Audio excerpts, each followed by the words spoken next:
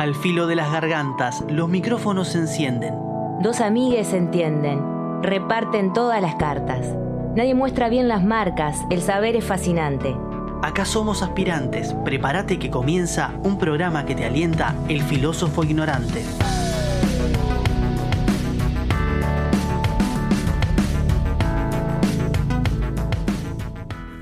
Buenas tardes, ¿cómo andan ustedes por ahí? Hoy estamos acá con Diego, podría decir, ¿cómo andas, Diego?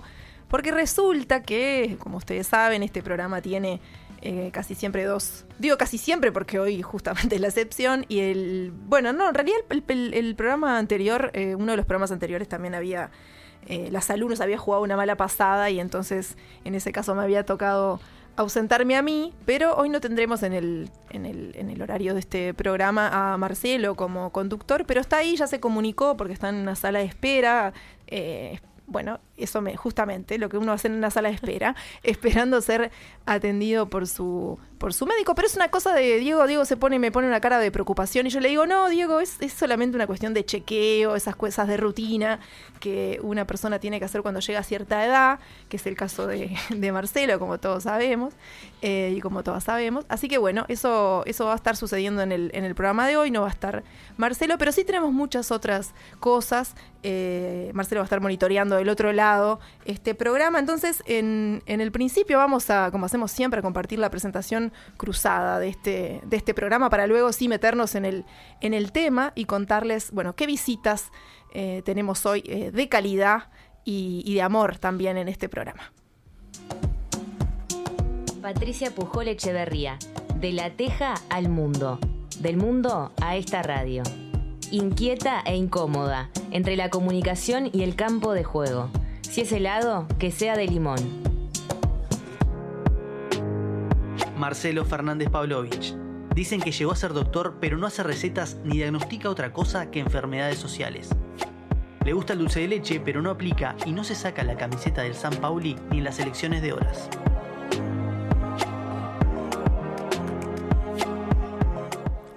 Muy bien, ahí teníamos entonces la presentación de las personas que conducen este programa, que hoy, tenemos una variante, sale con la 9, Marcelo, entra con la 10, Carolina Baslemos, que es una amiga de la casa. 10, qué honor. Y bueno, para saber que hacerlo bien. Qué honor y qué responsabilidad. No, ni tanto. Muchas gracias por la invitación, Pati. Claro, nos encontramos de nuevo en un estudio por de suerte. radio. Que no deje de ser así nunca, ¿no? Nunca, ¿no? Y qué lindo invitarse a cosas para compartir. Me encanta. A situaciones de compartir y de experimentar conversaciones con otras personas también. El programa de hoy, Caro, en realidad el título, podríamos decir, o por lo menos la temática que vamos a tratar, le pusimos Tejer Memoria. Porque hoy tenemos un segmento que hemos experimentado ya en otras ocasiones, en otros programas anteriores, que se llama Pico a Pico, que va a ser conversar con alguien que ahora vamos me encanta a decir quién, pero tenemos como este halo todavía de cierta incertidumbre, para comentar que nos toca hacer este programa el día posterior a la marcha del 20 de mayo, que es una marcha, que la verdad que cada vez impresiona, por lo menos a mí, en mi experiencia, Caro, ahora vos nos contás la tuya, impresiona más porque hay cada vez más gente, ¿no? Se hace cada vez más... Es una marcha masiva en principio, pero cada vez a uno le da la sensación de estar ahí y cada vez avanzar menos, ¿no? A veces sucede que uno espera como arrancar la marcha y termina parada en un mismo lugar por mucho rato. Y eso hace que la experiencia sea, muy compartida, muy sentida, muy conmovedora, ¿no? Ver todas esas personas que compartimos esa noche tan fría. A veces recuerdo años con lluvia. Es verdad, sí. Es una marcha en ese marco. Pero a mí me parece muy... Vos vas todos los años con tu mamá. Sí. Me parece algo muy hermoso que ustedes acostumbran a hacer desde siempre. Sí. Aparte, ni siquiera hay que decirlo mucho. O sea, es como algo que está en la agenda anual. Ustedes van juntas. Sí. Así nos encontramos en cualquier sitio para hacer la marcha juntas. Y mi madre muchas veces se disculpa que va a llorar, me dice siempre. Todos los años me dice, yo en algún momento voy a llorar, como una cosa que ella asegura. Y eso se da en distintos momentos de la marcha, casi siempre, asociados al momento final donde, Sí, claro. donde la marcha termina y luego se dicen los nombres de los detenidos desaparecidos, y también aparecen ahora, ¿no? Hace unos años aparecen sus rostros en la pantalla del Limpo, por ahí por la avenida 18 de Julio, frente a la explanada de la Intendencia, y se canta el himno, ¿no? Esa es como una parte Muy donde uno movilizador. termina. Es una parte muy movilizadora de la marcha, sin duda. Hoy te decía, Pati, que me acordaba que la primera vez que fui a una marcha del silencio fue cuando tenía 17 años, hace 20 años. Se cumplieron ayer desde que empecé a ir a las marchas. Siempre voy con mis amigas, marcho con mis amigas mujeres, marchamos juntas y me encuentro con otras amigas, como me ha pasado contigo, encontrarte con tu mamá, muchas oportunidades. Y no salgo desde Jackson, me encuentro siempre en la explanada de Laudelar. Siempre nos encontramos Salís de ahí. ahí. Siempre salimos de ahí, esperamos a que pasen los familiares y enganchamos enseguidita atrás. Y me pasó ayer que cuando llegué, le digo a mis amigas, no hay tanta gente este año, me parece. O sea, me duró creo que 5 minutos haber dicho eso, porque fue impresionante la cantidad de gente que hubo. Es verdad que año a año cada vez hay más, y este año particularmente a mí me pasó, y le comentaba a Lau, una de mis amigas, y me decía, me pasó lo mismo. La sentí quizás de las más silenciosas. O sea, realmente, no escuchar más que algún niño o niña llorar cerquita. Realmente todos muy respetuosos, todos y todas, marchando en silencio. Ese silencio ensordecedor que te deja así como helado, que más que el frío es como que, bueno, te cala bien hondo, es impresionante. Y creo que sentí que había sido una de las más silenciosas. Y cada vez más gente, es verdad. No, Año a año. Sí, es impresionante.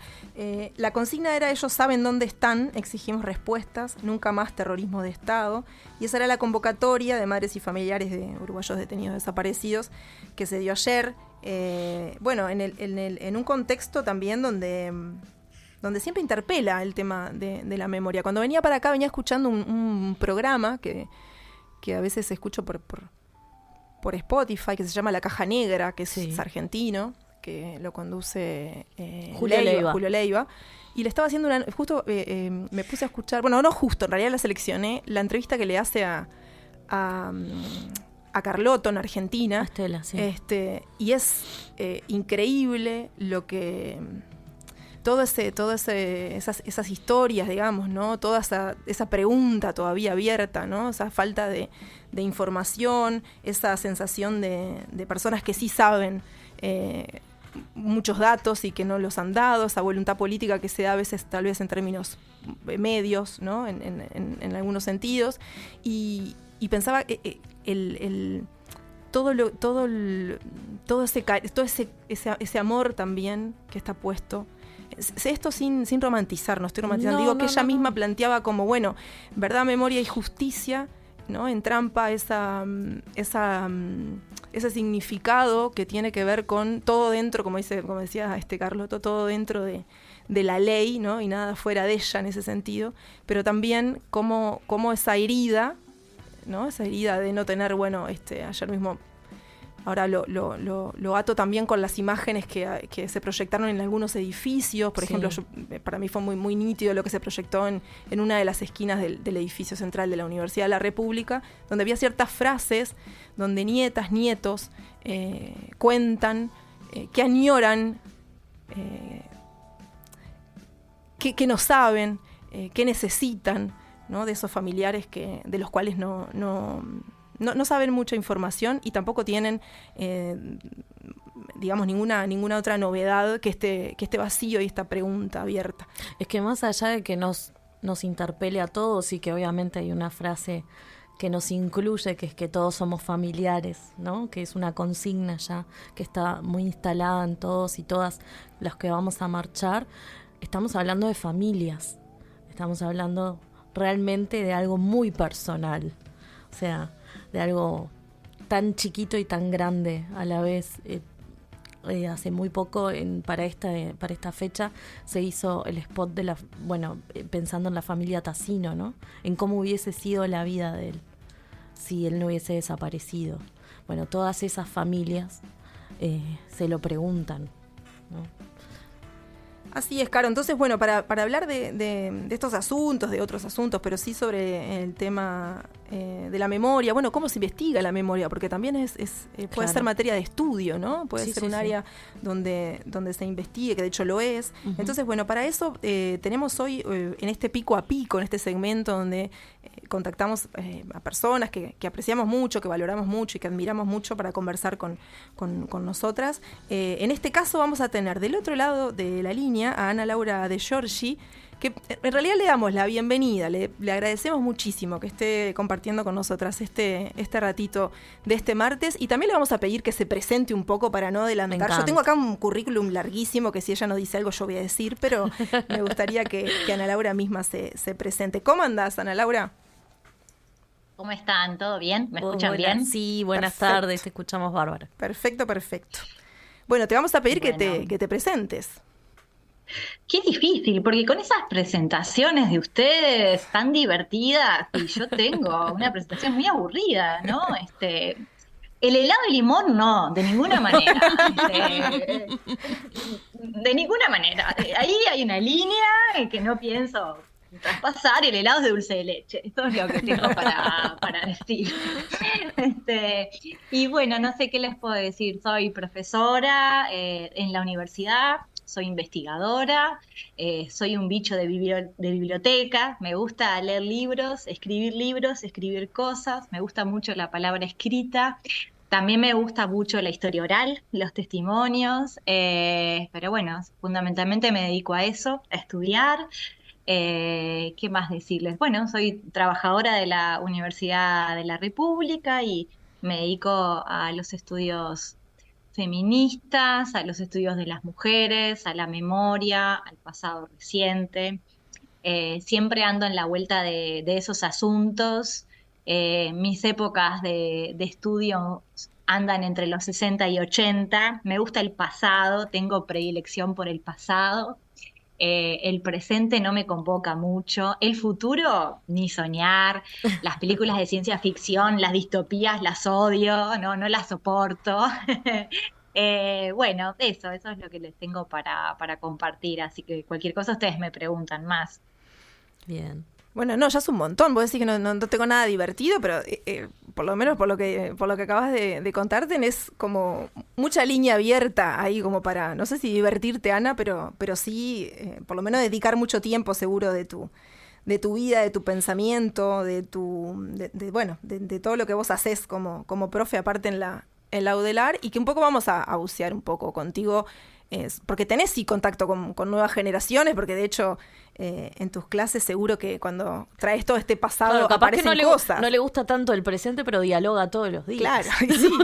Estás con, Claro, ¿no? claro, pero siempre como que siempre analizo el presente, teniendo como una referencia a lo que pasó antes, ¿no? Claro. Como que siempre estoy haciendo una interpretación de acuerdo a lo que ya pasó, si se repite, si no se repite, qué hay de nuevo, qué hay ¿no? Qué cosas son pequeñas modificaciones, ¿no? Pero sí me cuesta mucho pensar en qué pasará mañana, ahí me cuesta, ¿no? Siempre estoy pensando en lo que pasa hoy a la luz de lo que pasó ayer, digamos. Eso es como un registro que tengo del que me cuesta salir, ¿no? Entonces, no puedo ir a esos programas donde qué va a pasar dentro de 10 años porque no podría decir nada. Bueno, acá hay un segmento en este programa que se llama Atrévase a soñar, que todavía no se inició, se inicia próximamente, que un poco es esa la convocatoria, pensar cómo te gustaría, es como una cosa así. Pero bueno, en este caso no te invitamos a ese segmento, Ana, y por lo que dijiste no te vamos a invitar para no hacerte pasar mal, pero es momento de presentar este segmento que se llama Pico a Pico. En el truco de 6 hay 2 fases. Hoy en El Filósofo Ignorante jugamos pico a pico.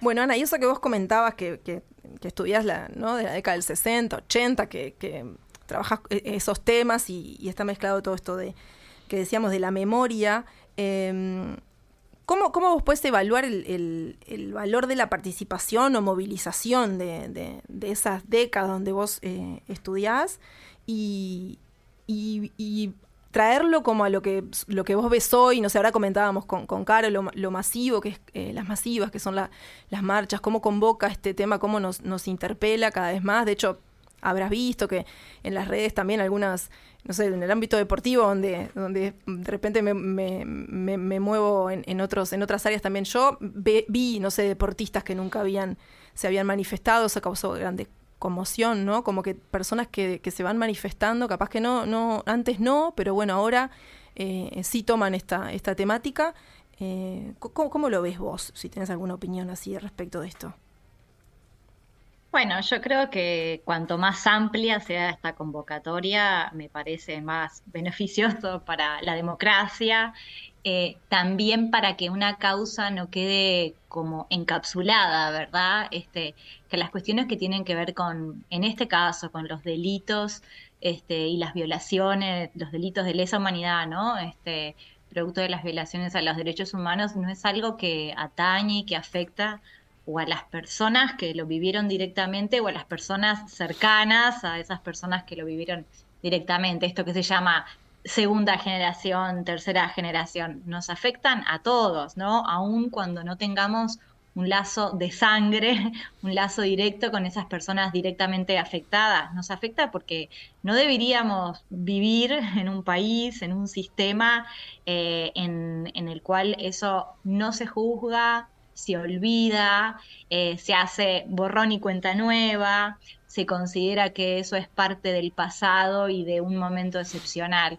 Entonces, bueno, cuanto más se amplíe, me parece que le hace mejor a la democracia porque no es una causa de algunos, ¿no? Es una causa de toda la ciudadanía. Y yo creo que en este sentido, la propia organización, madres y familiares, las organizaciones, eh, que en su momento nacen de ese vínculo de sangre, ¿no? Son las madres, los padres que reclaman a sus hijos, ¿no? Que buscan a sus nietos, ¿no? Ahí hay una noción de víctima directa y que luego se va ampliando y creo que se ha ampliado de una forma muy, muy buena. Y esta consigna que ustedes mencionaban al final, todos somos familiares, yo creo que, bueno, que hace justamente a esto, a que se entienda que esta es una causa ciudadana, ¿no? Yo capaz que no tengo ningún vínculo directo, pero es mi causa, no es la causa, no es que yo acompaño a las viejas, aunque también acompaño a las viejas, ¿no? Sí. Esto tiene que ver con la democracia que construimos. Si queremos una democracia plena no puede tener delitos de lesa humanidad impunes. Entonces, me parece que la ampliación tiene que ver con eso, no con una cuestión de masividad, sino de heterogeneidad, de que alguien se sienta identificado aunque no tenga un vínculo directo con lo ocurrido, ¿no? Yo siento que esto capaz que nos lo trasladas desde un lugar también, obviamente como investigadora, pero también desde un lugar personal. Capaz que algo que conversábamos nosotras al principio es cómo había sido nuestra primera marcha. ¿Vos qué nos podés contar de eso? De cómo fue tu primera marcha. Bueno, yo no me acuerdo cuándo fue mi primera marcha exactamente, pero seguro fue a partir del año 2000, porque yo nací en Maldonado, me crié en Maldonado, me socialicé políticamente en Maldonado, y en Maldonado no había marchas del silencio hasta hace algunos años, ¿verdad? Uh-huh. Entonces, bueno, mis marchas del silencio tienen que ver cuando yo vengo a estudiar a Montevideo, a la universidad, y ahí hago mis primeras marchas. No puedo decir en qué año específicamente, pero sí tiene que ver con eso. Esto de que hoy haya marchas en otras ciudades, no voy a utilizar la palabra interior o afuera de Montevideo porque no me gusta, en otras ciudades del país es algo relativamente novedoso y también hace a la ampliación de esta movilización y de esta causa política. Pero es algo que no siempre existió, así que mis primeras marchas, yo vine a Montevideo en el año 2000, no sé si fue en el 2000, en el 2001, en el 2002, pero deben haber sido por esa época.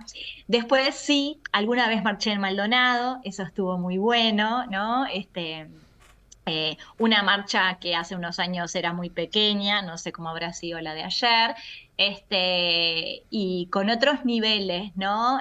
Donde se juega otra cosa, no tanto la masividad, sino la presencia. Las dictaduras no fueron iguales en la capital que en otras ciudades o en ciudades chicas, donde la vigilancia era mucho mayor, ¿no? Bueno, donde vos ibas a la escuela con el hijo del militar del cuartel, estas cosas me sucedieron a mí. Entonces, bueno, ahí se juegan otras tensiones que no son las de la masividad, sino la de sostener una presencia, que es un poco de un desafío, ¿no?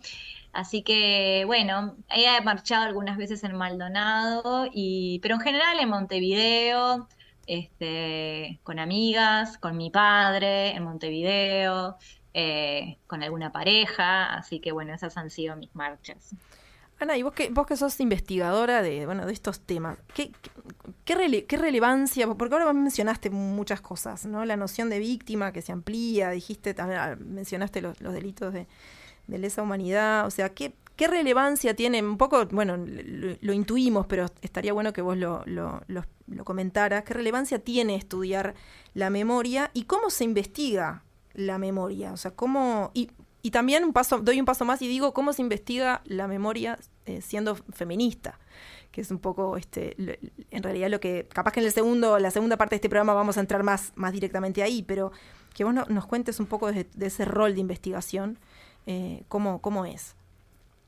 Bueno, son muchas preguntas. Sí, muchísimo. Pero algo, por lo menos. La primera, ¿cómo se investiga la memoria? Bueno, la memoria no se investiga, lo que se investiga son los procesos de rememoración, ¿no? Es decir, ¿qué estudiamos en el campo de estudios de la memoria?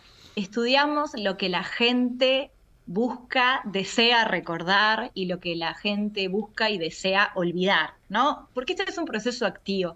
Esto es importante como comprenderlo, que en el campo de los estudios de la memoria es un campo de estudios muy fuerte en el Cono Sur, producto de las dictaduras, es un campo de estudios que surge cuando las sociedades se enfrentan al dilema de cómo gestionar un pasado trágico, ¿no? ¿Qué haces con esta mochila, ¿no? La sociedad se va a preguntar, ¿y ahora qué hacemos con esto que sabemos que sucedió? ¿Cómo lo recordamos? ¿Cómo lo traemos al presente? Entonces, lo primero es que la memoria no es una cosa que fija, que es estática, que es algo que viene del pasado al presente y yo lo traigo como en un paquete cerrado. A veces esta idea de legar la memoria, transmitir la memoria, a mí me parece que genera algunos problemas porque nos queda la idea de como, bueno, yo transmito la memoria, es que yo te transmito una cosa y parece que en el medio no hubiera ningún proceso de resignificación, de reelaboración, es como una posta que yo te paso. Estas metáforas se utilizan mucho, pero la verdad que hay mucho en el camino, ¿no? Bueno, porque cuando recordamos desde muy distintos lugares, decidimos recordar algunas cosas y otras cosas no. ¿Qué decidimos recordar? ¿Cómo decidimos recordar? ¿No? Bueno, para contarte el pasado, ¿qué traigo yo? Te traigo mis fotos, te traigo mis canciones, te traigo la correspondencia, hay algunas cartas que te muestro, hay otras que no, te cuento que yo era una estudiante sobresaliente, pero no te cuento que también cometí delitos, para decirte algo, ¿no? Es decir, en el proceso de elaboración de la memoria es eso, es un proceso de elaboración. Yo traigo al pasado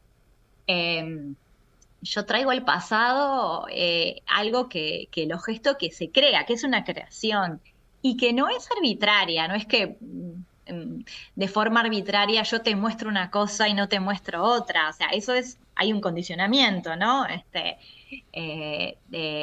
Me parece que algunas cosas son importantes para entender la historia política, entonces te traigo tal vez las fotos de una movilización, pero capaz que no te traigo la foto de un cumpleaños. Y ahí hay una perspectiva, ¿verdad? Y eso tiene que ver con, no sé si me Sí, entienden, claro, si me explico, Sí, sí. ¿no?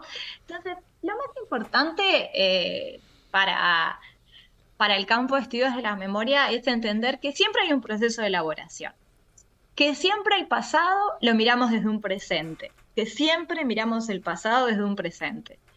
Y bueno, y que ese presente nos condiciona de alguna manera lo que recordamos y lo que hacemos para recordar o para no recordar, ¿no? Para administrar los silencios también. Esto me parece que es importante para discutir un poco la idea de la gente no habla, no quiso hablar, no pudo recordar, ¿no? Ujú. Bueno, el silencio se gestiona, se administra, hay decisiones ahí, no es que quedó muda y no pudo hablar más. No, no, no, hay una decisión, algunas veces habló, otras veces no, ciertos términos. Pero esto es lo que A, me parece a más veces es importante, que externo también, ¿no? O sea, hay procesos de invisibilización. O sea, no. también, y además, eso por supuesto, ¿no? Sí, a veces En esa gestión, digo, que una es quiere hablar y no la externo. escuchan. Exacto, eso Sí, sí, quería decir. a veces una quiere hablar y no la escuchan, a veces una grita y no la escuchan, ¿no? Con todas las letras, en voz alta, una está diciendo cosas, y eso no está siendo registrado, ¿no? Entonces siempre hay un proceso de elaboración y un proceso de elaboración que es colectivo, ¿no? Entonces hay dos elementos acá. La memoria es el resultado de un proceso de elaboración y de un proceso de elaboración colectivo, y como colectivo también condicionado. Y también condicionado por relaciones de género, por relaciones racializadas, por relaciones de clase, por relaciones de poder, de alguna manera, ¿no? No todos tienen las mismas oportunidades, este, como emprendedores de memoria, ¿no? Elisa Bercellin, que capaz que es la referente del campo de los estudios en el Cono Sur, bueno, sus trabajos tienen que ver con los trabajos de la memoria. Ella así tituló a sus investigaciones, ¿no? Los trabajos de la memoria. La memoria da trabajo, hay que elaborarla, hay que gestionarla, hay que pelearla, ¿no? Entonces hay que tener un museo y hay que exponer las cartas y hay que hacer las marcas de la memoria y hay que señalizar las calles y señalizar y poner las placas en las universidades. Y después hay otros que también son emprendedores de memoria y que bajan los cuadros, otros suben los cuadros, ¿no? Esto es Sí. el día de hoy, ¿no? Eh, y eso tiene que ver bueno, con un trabajo de memoria. Entonces, me parece que lo principal es esto, entender que no legamos la memoria, que no la transmitimos. Otra cosa es transmitir la importancia de una causa política, ¿no? Bueno, no te olvides pero no es un objeto, no es una cajita con cartas. Bueno, esas cartas cuando yo las leo, siendo mujer y con ciertas cuestiones, leo la carta de una manera, ¿no? Y vos lees la carta de otra, y siempre hay procesos de elaboración. Te hicimos elegir una canción, Ana.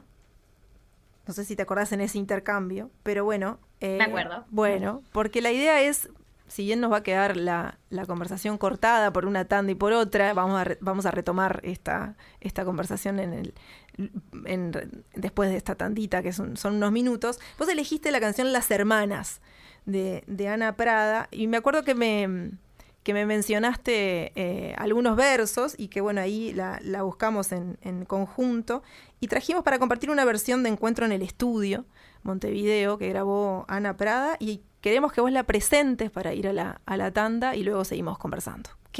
¿Por qué la elegiste? Bueno, porque es una versión que hace Ana Prada, ¿no? Y esto me parece como un buen ejemplo de cómo reversionamos la historia, ¿no? Hay una canción que dice Yo tengo tantos hermanos, y ahora viene Ana Prada y canta Yo tengo tantas hermanas. Y creo que esto lo dice todo o dice mucho, ¿no? Y eso implica como cómo construimos la historia que queremos también, ¿no?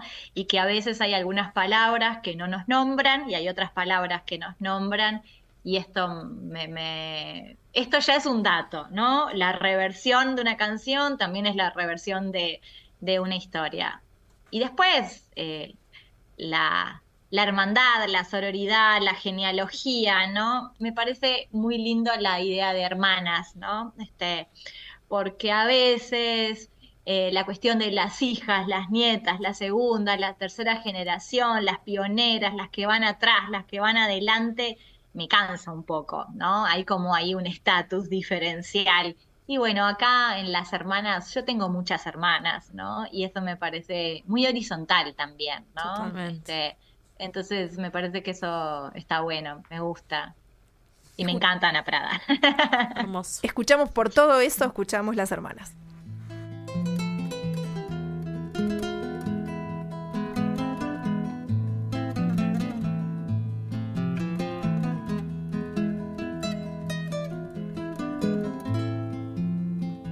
Yo tengo tantas hermanas que no las puedo contar. En el valle, la montaña, en la pampa o en el mar. Cada cual con sus trabajos, con sus sueños. Cada cual con la esperanza delante, con los recuerdos detrás. Yo tengo tantas hermanas que no las puedo contar.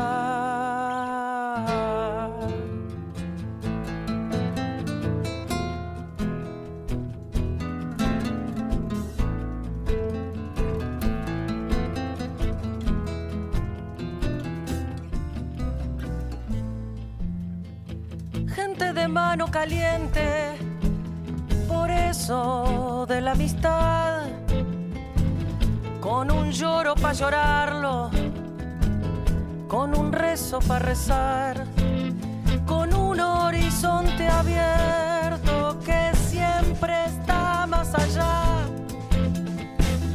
y esa fuerza pa' buscarlo, con tesón y voluntad. Cuando parece más cerca, es cuando se aleja más.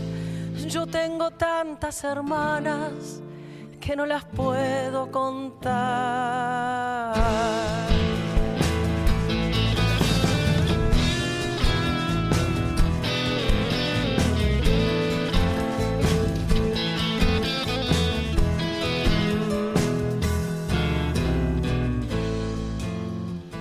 Y así seguimos andando, curtidas de soledad. Nos perdemos por el mundo, nos volvemos a encontrar. Y así nos reconocemos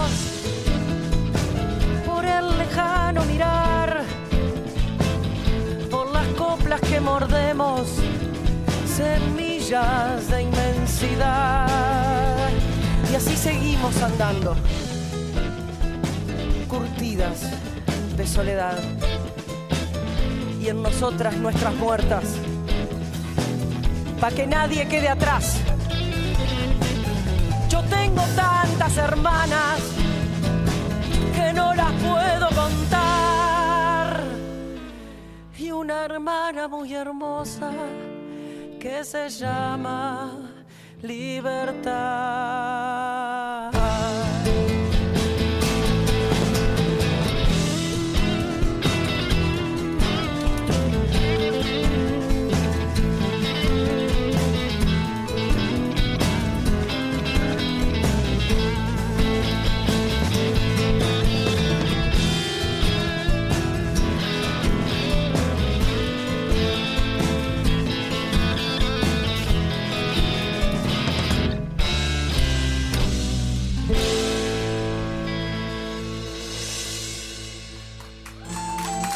Ya lo decía Lelutier, en estos tiempos El sensacional entretenimiento. El que piensa, pierde. aprendimos a perder hace rato. Igual te invitamos a pensar. Así, sin prisa, con pausa. El filósofo ignorante. Que comience la función.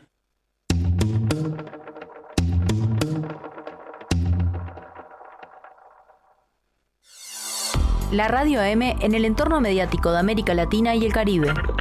Con motivo de la celebración del Día Nacional del Libro, la Biblioteca de la Facultad de Información y Comunicación invita a la mesa de diálogo integrada por la docente investigadora Mónica Marona, integrante del Comité Académico de la Especialización y Maestría en Patrimonio Documental, Historia y Gestión de la FIC. También estarán los docentes Gabriel Gali, director de Uniradio, y Alejandro Puch, coautor del libro La Radio AM en el ecosistema mediático de América Latina y el Caribe. Participarán además Nair Prata y Tito Ballesteros, editores y organizadores de la publicación. Miércoles 22 de mayo a las 18 horas. Biblioteca de la FIC. Entrada libre y gratuita. La Universidad de la República desarrolla actividades de enseñanza, investigación y extensión a través de casas y sedes universitarias en 11 departamentos de Uruguay. Acércate a conocer experiencias transformadoras en todas las áreas del conocimiento. UDELAR en todo el país. Martes, 18 horas, por Uniradio. Y también estamos en Spotify.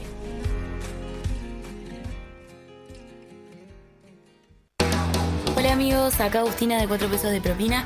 Quería invitarles a todos a la sala del museo este 25 de mayo. Vamos a estar tocando con nuestros hermanos de Francisco el Hombre que vienen desde Brasil. Así que nada, para gozar todos esa tremenda noche, las entradas ya están disponibles por Red Tickets, así que los esperamos a todos.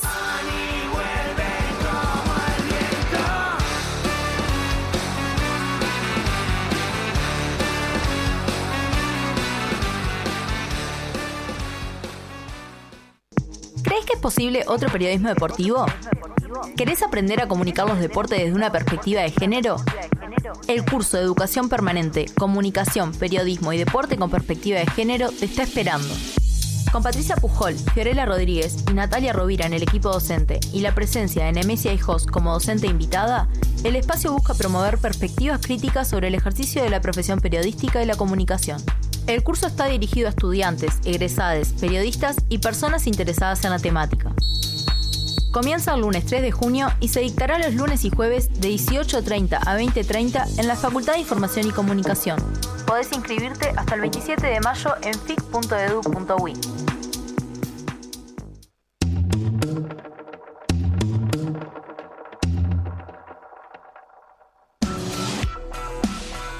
Nos encuentran en Facebook y Twitter. Nuestro correo es filosofoignoranteradio@gmail.com.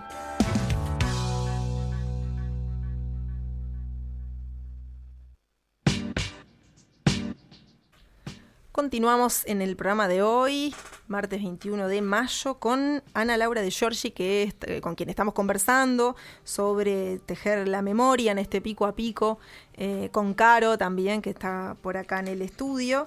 Y Ana, Lucy entré. Me metí. Sí, nunca mejor dicho. Porque unas lindas luces tiene el estudio. Fue lo que halagué cuando entré. Está tan linda la uni. La verdad que sí. Me emociona. Me emociona. Sí, está para Bizarrap, me dice Diego, el operador.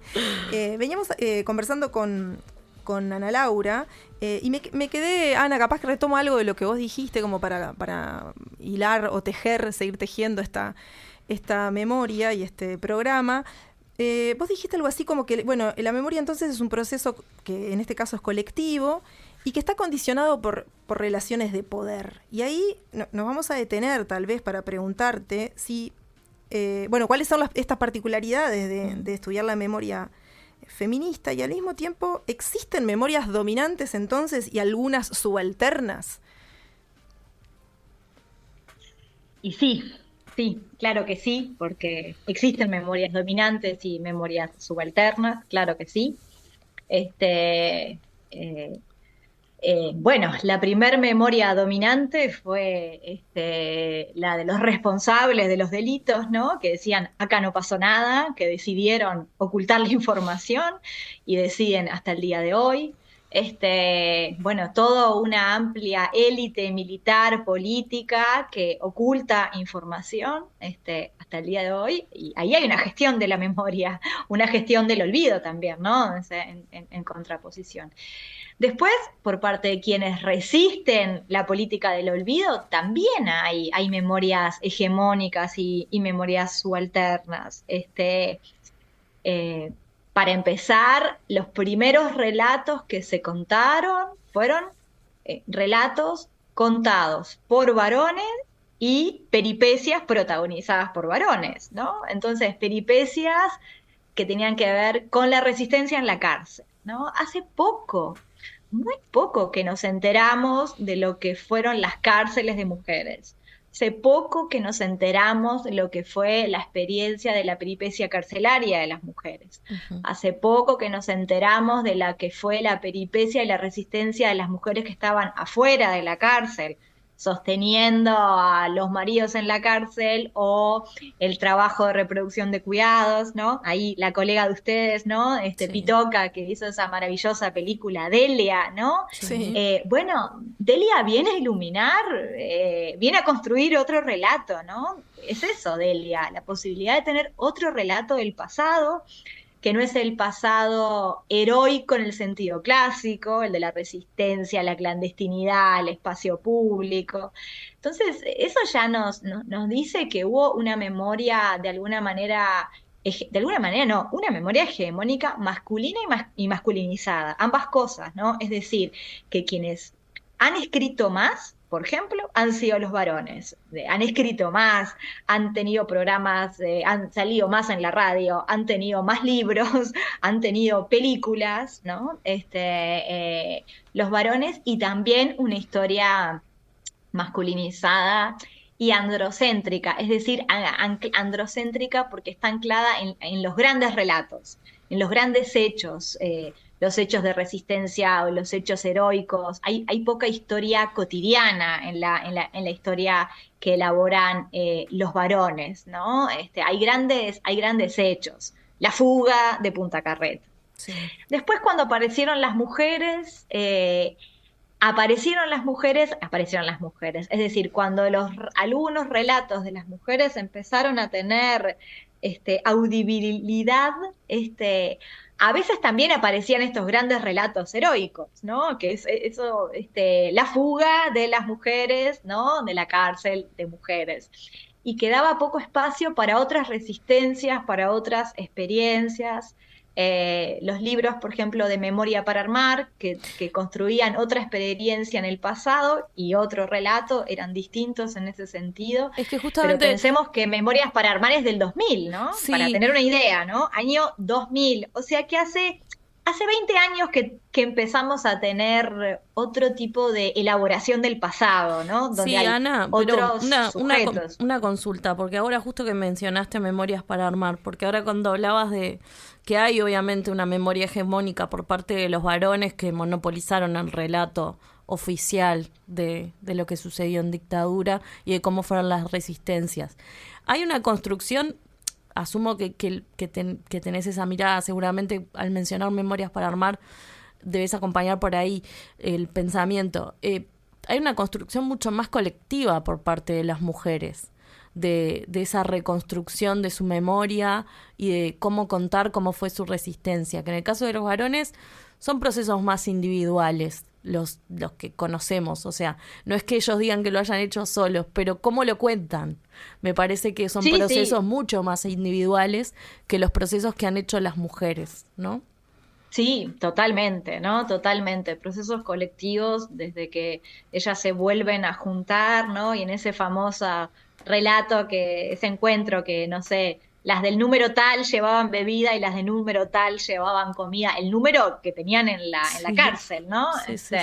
Ese famoso encuentro, el reencuentro, siempre hubo procesos colectivos, pero esto tiene que ver con una socialización de género, o sea, nosotros hablamos, porque hay una socialización de género, entonces hablamos en la cocina, hablamos sobre la vida privada, cotidiana, porque hay otro registro en ese sentido, ¿no? No somos, desde nuestra crianza, no somos enviadas al mundo de la masculinidad abstracta, como dice una autora, ¿no? Sino al mundo de una red, ¿no? Entonces en ese estamos, el proceso en general siempre es colectivo. Son pocas las historias individuales, la memoria de fulanita casi que ni existen, ¿no? Incluso si pensamos en el testimonio de Lilian Celiberti, en el libro de Mi habitación, mi celda, es un libro que se construye en un diálogo con Lucy Garrido, y muchas veces cuando uno lee el libro no sabe quién está hablando, ¿no? Porque hay como, no sabes, pero aquí está hablando Lucy, está hablando Lilian, porque hay un diálogo que se solapa y es como una voz colectiva. Sí, el proceso de rememoración de las expresas políticas ha sido un proceso colectivo. Pero bueno, continúo, ¿no? Una vez que que se elaboraron que vino un relato de lo que había sucedido, vino un relato que nos trajo ciertas experiencias, ¿no? Pensemos que por ahora, incluso, aunque tenemos voces de mujeres y aunque tenemos voces de presas políticas, tenemos ciertas historias de las presas políticas, ¿no? Sí. No tenemos historias heroicas, por ejemplo. No es que esté reclamando una historia violenta, ¿se entiende? Pero quiere decir, hablamos de unas cosas, hablan de unas cosas y no de otras. Es decir, los marcos para recordar son marcos de género, de alguna manera, ¿no? Los archivos también tienen esas marcas. Y después, bueno, en general tenemos una memoria muy heteronormada. No es que tenemos una memoria, tenemos un relato muy heteronormado. La maternidad, por ejemplo, ha sido narrada siempre como deseada, ¿no? Vivida con alegría o con sufrimiento, pero sufrimiento por no poder ejercerla, pero por ejemplo nunca vamos a encontrar en los relatos de las presas políticas una cuestión que con distancia de la maternidad, por ejemplo, ¿no? Siempre como la dictadura operó ahí un castigo, entonces la maternidad siempre se recuerda como el amor a los hijos y el cariño, ¿no? Y el sufrimiento total por estar alejados. Hay un relato maternal también, un relato maternal que está muy presente en las expresas políticas, ¿no? Que si pensamos, muchas de las presas políticas eran jóvenes muy desobedientes, ¿no? Creo que el feminismo de estos últimos años ha permitido traer relatos de la desobediencia, pero eso costó, ¿no? Cuando aparecieron los relatos de las mujeres, apareció un relato de alguna manera muy sacrificial también, ¿no? Un relato de abnegación, un relato de resistencia, de mujeres resistiendo, y demoró bastante que comenzaran a aparecer los relatos de la desobediencia. Eso creo que el feminismo las alentó, las protegió, de alguna manera las envalentonó a que aparecieran otros relatos. Quiero decir que incluso dentro de las mujeres que habían sido menos escuchadas, cuando se elaboraron relatos, eran relatos que también tenían sus límites, de las cosas que se decían y las cosas que no se decían, y cuando los contextos fueron cambiando, empezaron a construir otros relatos, ¿no? El relato de la desobediencia, y eso pasó en los últimos años y es muy claro. Pero bueno, también sigue siendo un relato muy heteronormado, ¿no? Tenemos muy pocas voces de la desobediencia sexual, de quienes se enuncien como desobedientes sexuales y relaten cómo fueron castigadas por eso, por su desobediencia sexual. También los trabajos de la memoria han sido protagonizados por sujetos blancos, no por las personas subordinadas en el orden racial, ¿no? Y bueno, ahí hay procesos como los de los colectivos de la población afro-uruguaya que sufrieron una violencia institucional en dictadura enorme y que no ocupan el mismo lugar que ocupan las víctimas de los familiares, las víctimas de los delitos de lesa humanidad que tienen que ver con desaparición, asesinato y tortura. Y acá no quiero decir que hay un gradiente de sufrimiento, ¿no? Sino de qué sujetos son los que consideramos víctimas del terrorismo de Estado. Creo que tenemos que tener muchísimo cuidado para no establecer un rango de sufrimiento y de víctima, ¿no?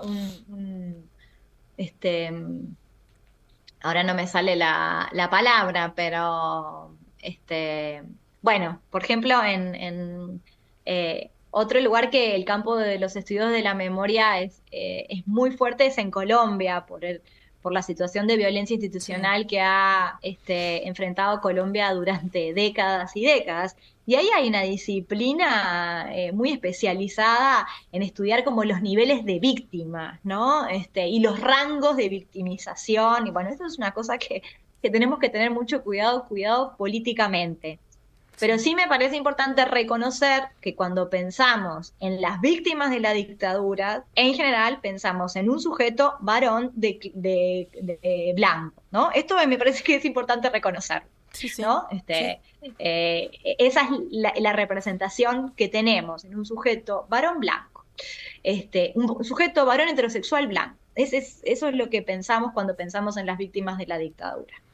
Bueno, y hay otros sujetos, hay otras sujetas, entonces claro que hay memorias subalternas y memorias hegemónicas, que siempre están en proceso de elaboración. Esto me parece súper importante tenerlo en cuenta. Esa hegemonía o esa subalternidad siempre es contingente. Hoy en día esto se ha ampliado mucho más, ¿no? Y bueno, cuando, por ejemplo, se aprobó la ley trans, la ley de identidad trans, ahí hubo una importante discusión pública que tenía que ver con reconocer la violencia policial que habían sufrido las personas trans en dictadura y en la transición. Y eso fue un momento importante para ampliar, ¿no? Y visibilizar a otras víctimas. Digo como pongo un caso concreto como ese, para entender que esas memorias subalternas y hegemónicas siempre son contingentes, siempre son contextuales, no son fijas, ¿no? Vos traías ahora, Ana, me haces acordar a uno de los pasajes de Delia, justo que vos la traías, que me impresionó mucho, porque Delia en realidad a mí me daba la impresión en todo momento en la película que ella un poco creo que lo llegó a decir hasta literalmente, es que no tenía mucho valor lo que ella decía, o sea, lo que ella había vivido, como que le decía, ¿no? La directora, en este caso a Victoria le decía, pero ¿para qué estás registrando esto si no tiene tanto valor esto que yo te estoy... ¿A quién le va a importar, ¿no? Pitoca? Le decía. Esto que es medio doméstico, medio tal vez privado, ¿no? Y ahí esta disputa entre lo público y lo privado, lo personal, Exacto. Lo político.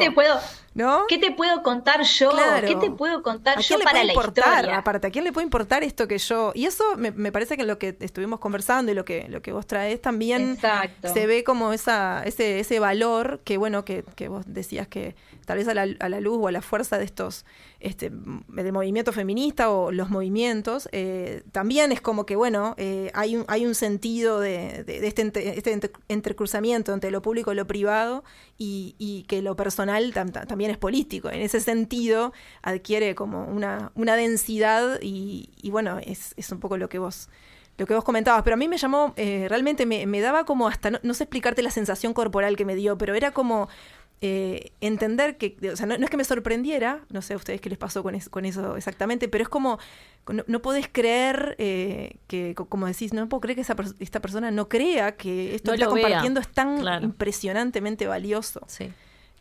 Claro, pero bueno, eso vivimos en ese mundo, el del androcentrismo. ¿Qué tengo yo para contarte?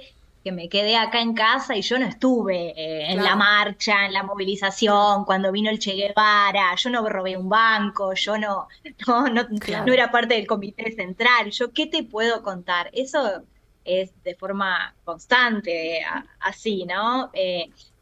Pero en la medida que las investigadoras, ¿por qué han sido las mujeres las que han ido a relevar los testimonios de otras mujeres? Eso ha sido así. Si nosotros miramos lo que son los estudios en el campo de la memoria del género, encontramos a mujeres investigadoras hablando con otras mujeres, y cuando esos testimonios se recogen y se elaboran, ahí, como dice Alejandro Berti, se invierten las jerarquías entre lo importante y lo no importante, ¿no? Porque está en el testimonio, aunque haya un proceso de de subvaloración de esas cosas micro, pero se termina invirtiendo de alguna manera la jerarquía, ¿no? Eso aparece y no hay manera de ocultarlo, ¿no? Se vuelve tan evidente esa división arbitraria entre lo público y lo privado, entre lo personal y lo político, tan arbitraria se vuelve, ¿no? El relato, no sé, cómo una militante relata el momento que la vienen a buscar y se la llevan de la casa y recuerda ese momento que es de terrible violencia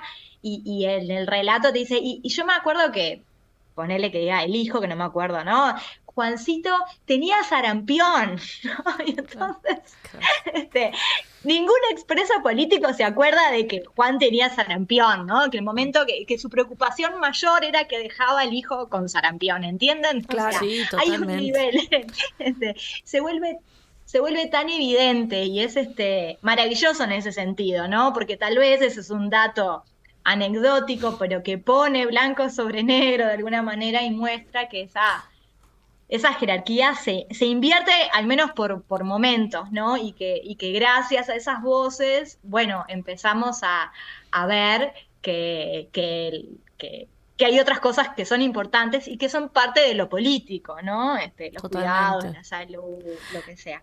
Igual me parece que esto yo he pensado en los últimos tiempos un poco en esto, en que, a ver si lo puedo explicar. Es decir, los trabajadores de la memoria, es decir, los emprendedores de la memoria, aquellos que relatan más, también luego hay como un ejercicio de esa práctica de contar, ¿no? De ir a la tele, de dar una entrevista, de la radio, de contar, ¿no? Incluso una peripecia que puede llegar a ser muy dolorosa, pero después hay como cierto músculo para eso, ¿no? Para contarlo, ¿no? Hay una práctica del narrar eso que se termina siendo un poco protectora de alguna manera. Y a veces las investigadoras, o yo me lo he planteado un poco, tratando de ir a buscar otras historias, vamos a buscar, a relevar otros testimonios, pero esas personas nunca han hablado. Claro. Entonces ahí tenemos que ser muy responsables y muy cuidadosas, porque ahí no hay músculo ejercitado. No sé si la metáfora está bien, pero quiero decir, no hay una práctica de lo conté una vez, lo conté 2 veces, lo hablé en la radio, lo hablé en la tele, lo hablé en el juzgado cuando me tomaron el testimonio. Entonces, una va a buscar, ¿no? Queriendo poner en palabras una experiencia y esa persona nunca lo contó, ¿no? Es una mujer que dice, ¿qué te puedo contar yo? Y puede llegar a ser muy doloroso, entonces tenemos que tener mucha Totalmente. responsabilidad feminista en este sentido, ¿no? No es que ir a buscar la voz de las mujeres para que nos cuenten la otra historia, porque en ese proceso podemos ejercer una violencia epistémica de alguna manera, ¿no? Podemos vulnerabilizar más a esa persona porque no tiene el ejercicio, porque no es una emprendedora de memoria, Claro. ¿no? No tiene ese ejercicio habitual de haber contado y haber sido representado en una película y en un libro de ficción, ¿no? En muchas, ¿no? Ese ejercicio. Y de saber Ana, que no, es su no te digo que lo historia, haya, ¿no? obviamente no te digo que lo haya olvidado, pero pasaron 50 años. También es un ejercicio acompañar a que esa persona pueda recordar esos momentos. O sea, es todo un trabajo también. Sí, y de revivir también, es muy delicado en este sentido, ¿no? Sobre todo acá, si nos referimos a las víctimas directas, ¿no? Pero tenemos que pensar muy bien, en este caso hablo como investigadora y como investigadora feminista, cuál es nuestra responsabilidad si queremos intervenir sobre ciertos relatos que están en un lugar subalterno, digamos. No es que yo voy y lo saco de un lugar subalterno. No es así, no funciona Claro. así, ¿no? Hay que tener un cuidado y respetar los tiempos y lamentablemente los tiempos de la sociedad también, ¿no? Esto es delicado en este sentido, ¿no? Creo que a veces hay más margen para incentivar, y otras veces no. En el momento de hace capaz que 5 años de un auge feminista muy importante, una hablaba con alguna expresa política y les decías, contame alguna historia de desobediencia, algo que hiciste, ¿no? Y te lo contaban, ¿no? Como con ganas de compartir una travesura, una desobediencia más o menos legal, pero quiero decir con orgullo, ¿no? Compartir esa desobediencia con orgullo en la medida que había un momento de desobediencia compartido general de la sociedad. No sé si me entienden. Sí, pero totalmente. eso es muy contingente. Entonces, bueno, hay que ir acompañando esos tiempos también, pero bueno, es un desafío, ¿no? Totalmente. Ana, nos quedamos sin tiempo ya para seguir conversando, pero seguro que... Qué raro, con lo poco que hablo yo, ¿no? Con todo lo que hay para hablar, mirá. Pero bueno, en otro momento seguro nos seguimos conversando. Te agradecemos muchísimo porque dedicaste todo este tiempo para compartir con nosotras, así que te agradecemos mucho que hayas estado en el Bueno, gracias a ustedes. Un fuerte abrazo, Ana. Adiós. Nos vamos a ir a cerrar este programa, Muchas Caro. gracias por la invitación. No, por favor. Ay, hoy todo el mundo agradeciendo. No, pero ha sido un placer estar de vuelta acá. El agradecimiento es mío. Uni. Que hayas, y seguramente Marce también, que hayas estado Me esta emociona tarde mucho. en el Filósofo Ignorante. Y bueno, por otras ediciones. Por favor, un abrazo a Marce, el agradecimiento a Dieguito que nos acompaña en los controles. Está amigo Angie querido. ahí también tomando fotografías. Nos vamos a ir, Caro, escuchando a Fernando Cabrera. Hermoso. Con Rubén Rada en esta ocasión, Te abracé en la noche.